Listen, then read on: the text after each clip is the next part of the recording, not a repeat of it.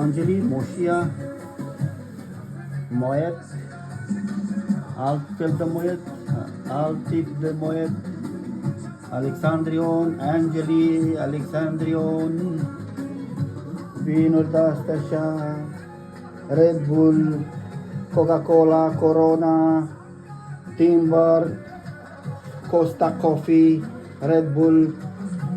Stai, mai sunt băuturi, dar unde sunt? Sunt afară. Angeli și alea. Câte o sticlă de-astea de moietă? O alocație de aia de România, nu? O sticlă de moet, o alocație de România. Asta e, frate. 95 de pounds, 100 de lire, frate.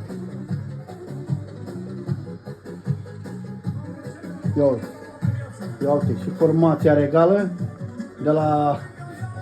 de la fratele Chivuță.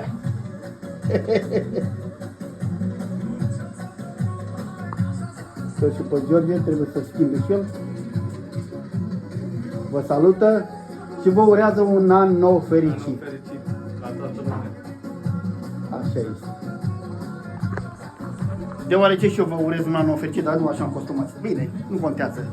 Contează sufletul, da? Vă urez din suflet un an nou fericit. Și la mulți ani.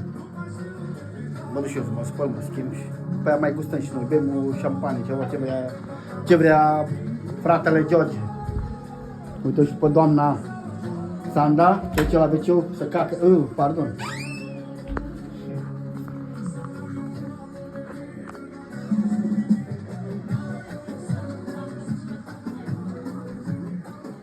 Am impresia că mai sunt multe băuturi și aici afară.